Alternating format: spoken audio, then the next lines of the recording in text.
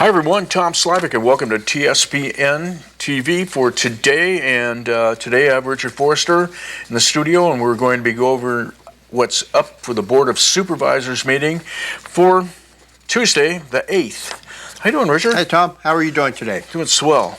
Okay. Doing swell. We got a fairly full agenda coming up on Tuesday, September 8th, but first item up on the agenda will be the Sierra chapter of the Daughters of the American Revolution. This is the Sierra Amador chapter of NSDAR. And for the life of me, I don't know what NS is. I know what Daughters of the American Revolution is, but I'm not quite sure what the NS is. So anyway, Native Sons? It's Native Sons? No, let's give them this a one. plug. Okay, anyway. But this is the Sierra Amador chapter. What they're asking for is recognition through a resolution that the Constitution Week occurs September 17th through the 23rd. So I don't think our board will have a problem recognizing that. It is interesting. They said the Daughters of the American Revolution have traced this back to the first resolution, which was adopted April 21st, 1955.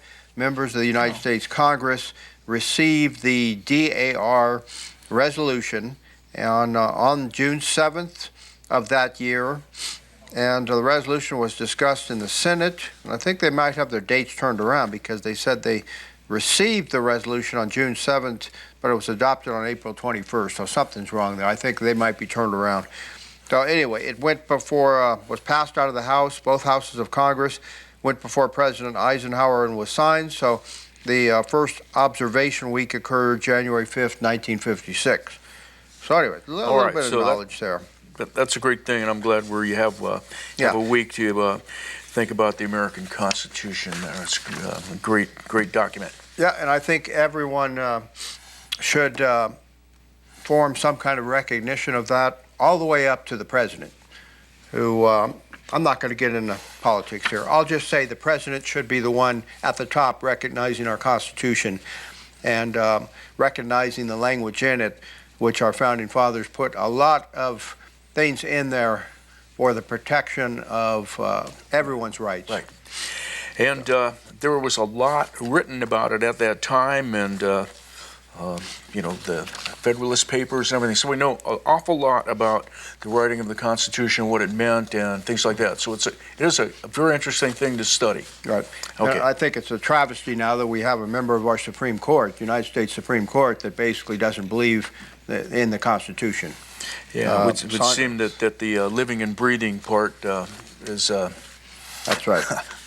Okay. I wouldn't want a contract like that for anybody that I sign, that it changes around as you live through it. That's right. I can tell you some of the people that sit on our Supreme Court and are involved with our government now couldn't hold a candle to our founding fathers. So anyway, with that, we'll move on. Lake Comanche, we have... property that has been surplus. We contracted with Caldwell Banker through a request for a proposal. This was some time ago. In fact, I think we've just given them a one-year extension.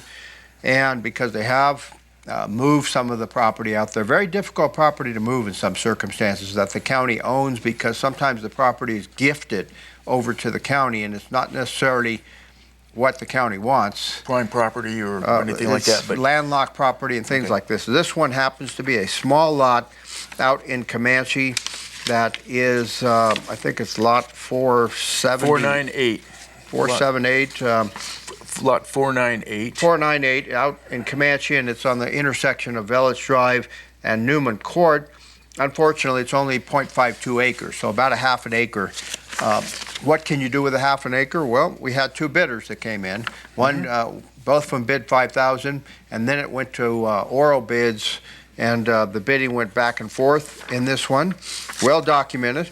And it was a bidding against RTR Investments and Jeremy Lewis at $5,000 apiece. RTR started with $5,500, and RTR finally won it after subsequent rounds of bidding at $8,500. So this was good real estate, good broker job here to get an additional $3,500 of value for that property. That'll come back to the It's always nice when you want to have two buyers that want something. That's right. Okay. But it looks like RTR is Ron Reagan, so they're probably planning on putting a little house up there. I mean, who knows? They're talking about these mini houses out there now. What can you do with them? I don't know. I mean, I'm not a builder, so leave it up to them.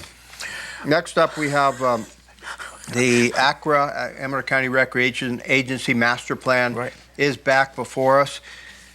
This is going to be a discussion on Tuesday because the way it was left is that Carolyn Fraguia, Executive Director of ACRA, wants to use a portion of the $600,000 plus in mitigation fee money that has been collected for recreation on their master plan, creating a nexus. You have to have that nexus plan, and you have to have a couple of other steps here to make it enforceable. So anyway, with this, what happened at our last meeting was Supervisors Plaza and Oneto objected to some of the language in the request for a proposal. So it was left that they would go back, review it with Carolyn Fraguia, bring it back to our board. Okay. Our board would put our consent on it. Now the problem is the ACRA board has already approved this. So I believe the ACRA board will meet on September 9th, and they'll have to affirm and reapprove what is adopted by our board. The hitch is going to be, are there members of our board that say we will not provide funding out of the mitigation dollars unless you adopt this new language? So we're going to have to wait and see what the ACRA board does. And the other thing I've asked our CAO for is to go to Carolyn Fraguia and give us a marked up copy so we know what was changed. Okay. Right now, I looked at it. I know it's simplified from what it was. I don't know exactly what's simplified in it. And it's unfair to look at a document that has been modified and not be given full disclosure of what's been changed. Well, I've seen documents that are changed. They're usually changed on the one document so you can see it. Makes it much easier to follow. Right. You usually have either another copy to show you what's been changed, or you have strikeouts and all of that the lawyers do usually. Well, this wasn't done by a lawyer. So anyway, it's really critical that we see what the changes were. Otherwise, how can I vote on something? So anyway, that's where we're at on that situation. Next agenda item will be the final determination for the Jackson Valley Quarry regarding their operating hours outside of their authorized operating hours. Now, this all had to do with the tanker truck that crashed on Highway 88. Caltrans, by letter, notified that our District 10 notified the Caltrans area superintendent for Pine Grove by letter that they wanted to have this construction outside of normal business hours to get it done because it was an emergency. Anytime Highway 88 is shut down like that, it becomes an emergency. Well, in this situation, for the plant that sits down, the quarry that sits down on Jackson Valley Road to operate out of their normal parameters, it has to run through the board. In an emergency like this, the chairman can say, yes, I grant the authority to you to operate out of those hours. Now, this is kind of funny. It's already been done, but it's got to come back to the board for us to say, yes, that was okay. That's a little silly to me, and I'm going to talk about that on Tuesday in our meeting because it doesn't seem very sensical to me that we give our approval after it's already been done. So let the chairman make the decision and live with the consequences from there. The only thing you might say here is, Chairman, you shouldn't have done that. Well, I think in most cases it's going to be very appropriate for the chairman to take action like this. Okay. Yeah. So that's a simple item, but reminds me of something President Lincoln had got tied up into one time, but we won't get into that. Yeah.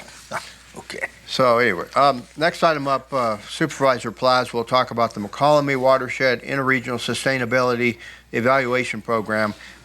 This is better known as MOKWISE, the Watershed Interregional Sustainability Evaluation Program, and this has a lot of different nuances to it.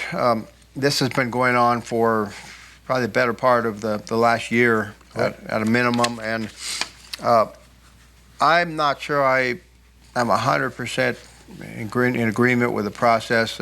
It's all about consensus and getting everyone together and agreeing on which projects should be advanced. You still have to find the funding for those projects. Okay. So the agencies or entities within the MOQUIs will work together to try to find that funding. Okay, we have a minute. Maybe we'll come back to talk to that after the break, if there's any clarity on that. It seems like to me you might have skipped one, or maybe it's not there, and that was the coast-to-coast discount prescription card program. You have a minute? You want to talk about that? That seemed like a good program that comes up yearly, huh? It does.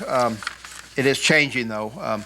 Last year, revenue up to, I think, October of 14, the revenue was about $18,000. That was split, I believe, between Common Ground Senior Services and the Lifeline program.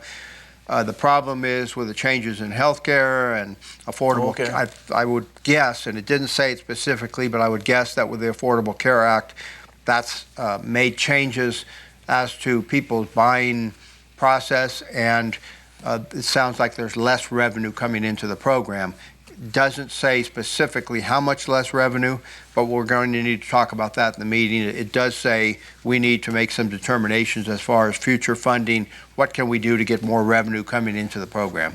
Okay, and with that, we're going to take a break. Once again, Tom Slavik with Supervisor Richard Forster. We'll be back right after this break. Stay with us on TSPN.